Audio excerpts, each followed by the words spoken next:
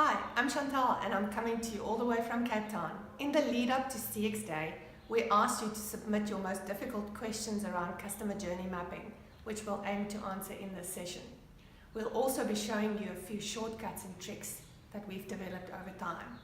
And at the end of the session, we will be giving you a link to download our Journey Mapping Pocket Guide. So one of the first questions we'd like to answer in this session is one that we received on Twitter around, once you have a journey map, how to get buy-in in the organization. Very often we find with some of our clients, they have mapped the journey in isolation without involving the rest of the business. This makes adoption and change management quite difficult.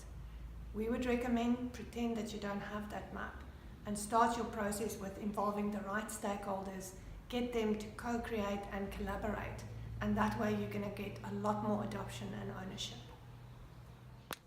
Yeah. So some of the other questions were very practical questions around how to do customer journey mapping. I'm going to show you a few ways that we do customer journey mapping and also some of the techniques we've developed over time to really save us time. So I want to quickly talk you through doing it on the whiteboard. And what we start with is obviously a customer persona. We unpack this persona in terms of the demographics. You know, what is this person like? What don't they like? What are their most loved brands? What is their typical behavior? And then we develop an empathy map for this customer. And that really creates the canvas to do the journey mapping.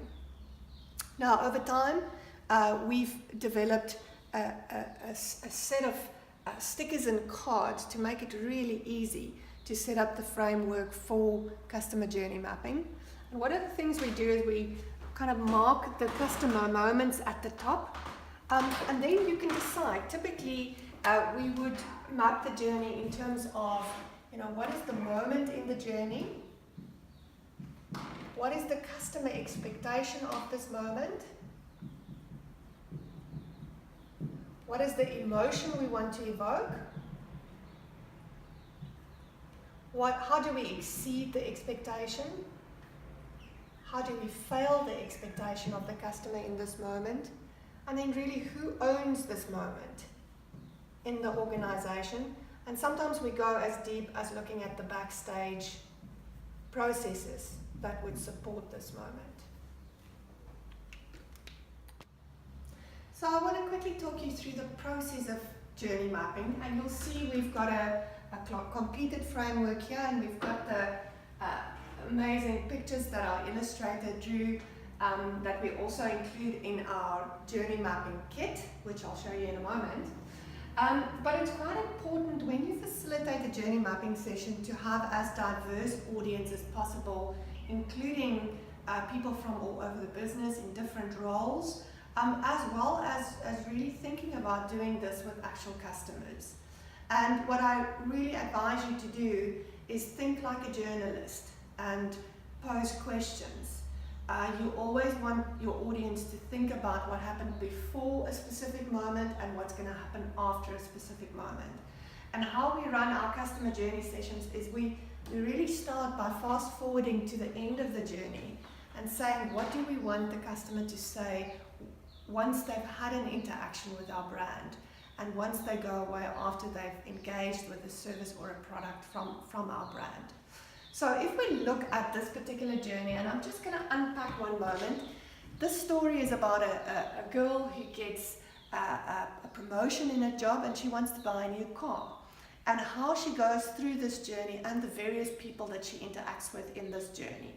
So if we look at her goal when she gets to this moment of doing research on the web is to find out, you know, what is the right car for her from a look perspective, what is the fuel efficiency, what's some of the safety features, and her expectation is that she'll easily find the website.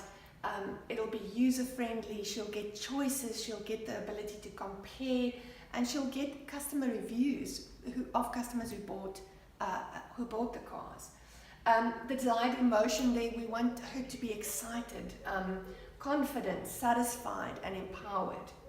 And if we exceed her expectation, if we were the car company building this website, we would make sure that she understands financing, that she understands repayments on the car, that it's highly personalized, that there's all kinds of value adds. It tells her when the car is available and manages her expectations around after sales.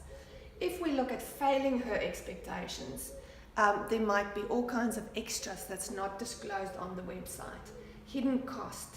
The website might be complex, might be written in a language where she doesn't really understand, what she's seeing. So if we look at the backstage story here, there's all kinds of things ingredients that come together to make this website work. We look at website optimization, the building of the website, stock management, the content management, calculations, loading of images of the car. And all of this is really important to consider when you do journey mapping. And you'll step through this journey moment by moment to create this map and really look for innovation. And then what's really nifty when you do journey mapping is also to establish ownership. So in this moment, we actually have the digital marketing team that owns this moment. So one of the other questions that got sent in by the audience was, when we do journey mapping, do we map the as is or do we map the to be journey? And I think it's almost inevitable that people would go to the aspirations around what the journey should be. So often we map the as is to really understand what's going on, what the customer's seeing. We overlay that with mystery shopping, with voice of the customer results, with all of the insights we can collect that tell us more about the journey. And then we take that into a design session where we really stretch the boundaries around innovation and design. So one of the reasons that we develop these cards and the journey mapping kit is because we map various journeys every week. And you would know that it takes quite a bit of time to document these journeys. And I'm going to talk a little bit later about tools, but just to quickly show you how quick this is to capture the journey. So we would unpack the entire journey using the cards and the stickers. For you that have mapped a lot of journeys, you would know that if you use post-it notes, even if you use it on flip chart paper and you transport it, sometimes the post-it notes come off. And when you want to document it, you have no idea where the various pieces of information belong. So we've created these stickers that you can actually stick it down on the paper and it becomes permanent so you can easily transport it. But let me show you this nifty trick of how we scan the journey. So we love using Evernote, and I'm going to quickly just show you. If I go into Evernote and I want to capture the information in the journey, I can take a photo in Evernote, and Evernote sometimes recognizes the cards as a post-it note. So you have a complete record of the way the journey was mapped, and sometimes we're still busy mapping a journey at a client site and my team has already captured the journey into our journey mapping tools. So very, very nifty to quickly capture the customer journey that we've mapped. So I'm going to quickly take you through what we put in our customer journey mapping kit. And there's more information on our website, and you're welcome to use our ideas. We absolutely love working with Sharpies and only the best whiteboard pens. Sometimes you get to a venue and the pens are really shoddy quality, so we always take our pens with us. We also have press stick, we have post-it notes, and sometimes we use stickers for voting, so we always keep like dot stickers with us. Then our journey mapping kit also contains this amazing book by Jim Kalbach. We absolutely love your book, thanks Jim. And then what really works well is a clipboard. We have these emotion cards that we often use just to guide customers in terms of the emotions we want to design into the journey. And in a little while I'll be showing you how we do journey mapping using Lego Serious Play. But just quickly to take you through the cards, and these are completely customizable based on how you do your journey mapping. But these cards and stickers contain the elements that I spoke to you about before, looking at the customer goal, expectations, how to exceed and how to fail expectations. And that's really the framework we like to use when we do journey mapping. So check out the kit and let us know. We'll also be posting some examples of what the scans look like of the cards, as well as a journey map, which we'll be distributing to you later, and also showing you how to load that into the software we use. One of the other tools we absolutely love to use is Lego Serious Play. We see about getting the same results in a third of the time if we use Lego Serious Play. This really helps customers get out of their heads, get out of the process, and really step into the shoes of the customer. So I want to quickly show you how we do it. The same framework that I just showed you on the whiteboard, we have this on a PVC mat, and we have customers circling a big table like this, and they would decide on the persona, and they would then build the story moment by moment. And in the same way I showed you the cards and the stickers, we would lay this out and get a team to really collaborate around building this map. And again, we look at the customer goal, expectations, what are the desired emotions we want the customer to feel in this moment, how do we exceed, how do we fail the expectations, who's the moment owner in this moment, and what is the backstage story, all of the systems and the processes below the line backstage. So if I quickly run through the story, a girl who got a promotion, she's looking online for what kind of car she can afford and what car will go with her lifestyle. She goes for a test drive.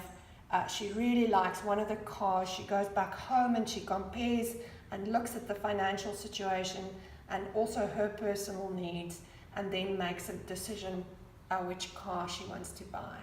So this tool really lends itself to making the story come alive, and also to apply design thinking to specific moments to solve customer problems within those moments. So just to show you the end result of the journey before we move on to the tools, I just want to focus your attention to Nolu, who's a 24-year-old girl. And if we fast forward to the end of the story, like we're paging to the last page in the book, we really want her to say how impressed she was with this process, how easy it was to buy a car, get financing and get insurance, and that she'll really recommend the brands that she interacted with. So to quickly show you how we've put the journey together, we've got the persona of Nolu. Then we have all of the brand warriors that she interacted with in her journey. We've got Tyrone, he's a car sales consultant. We've got Vivian, who's a banker. We've got Paul, who's another banker, and she has to decide which of these bankers make her feel the best about herself. And then we've got Pam, the insurance broker. And if we look at the journey, the trigger that got her into this journey was really the fact that she got a promotion and she can now afford to buy her own car. She goes through this journey of test driving the car, getting a quotation, then contacting the banks. She speaks to Vivian, who works out a deal for her.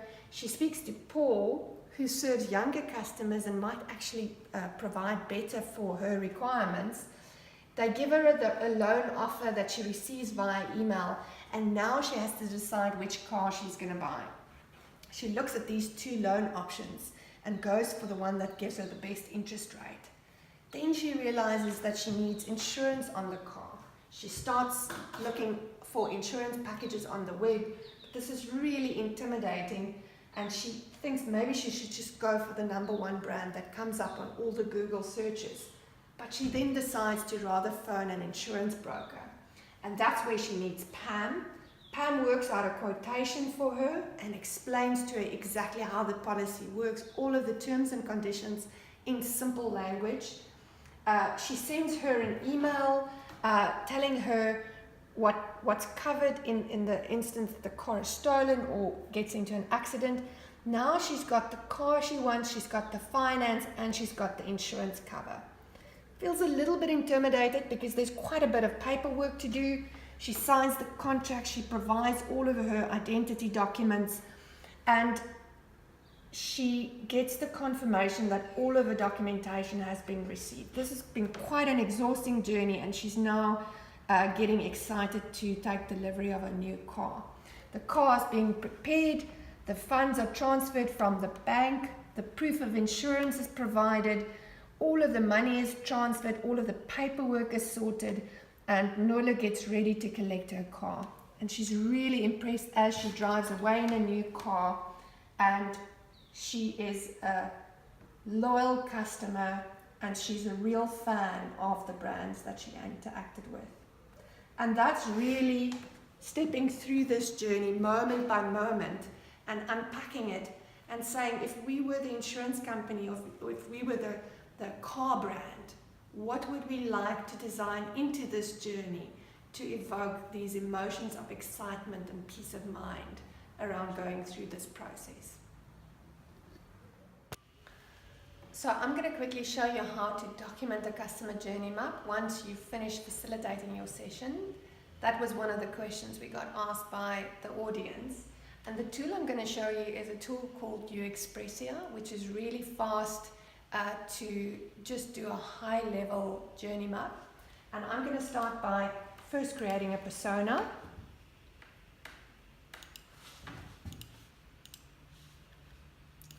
And our persona in this case is a girl called Nolu. So as you can see, I've populated this persona for Nolu. She's female, 24 years old, lives in Cape Town, she's single, she's a consultant. Her goal is to buy the best car that she can possibly afford. Her quote is, if you believe it, you can achieve it. And now we're ready to create a journey map for Nolu.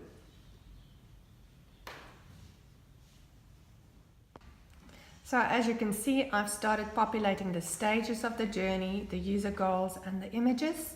So Nola gets promotion at work. She searches the web for cars, and I'm going to put in that frame that we had for searching the web.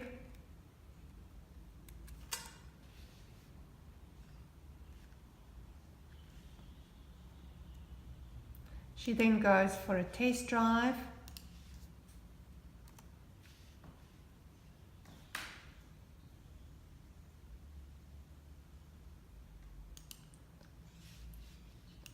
She receives the quotation for the car,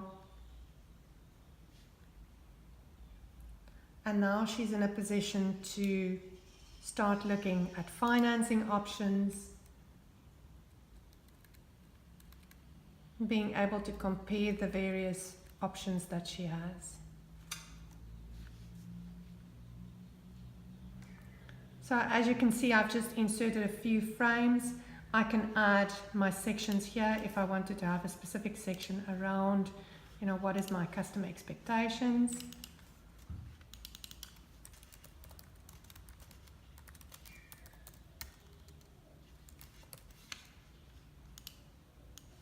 And with very easy drag and drop, I can create this map.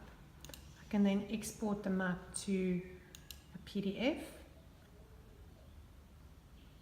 And within moments, I can have a map that's really ready to present back to my audience or to present to executives. And that is a very, very quick overview of how you can capture your journey maps. If you need more information about the tool, you're welcome to email us. So just in summary, I want to say thank you to Leslie from the CXPA for inviting us to cover customer journey mapping. We will be blogging, we will be sharing these resources online, and do feel free to send us some more questions. and to everybody celebrating CXDay this year, happy CXDay and continue to love your customers.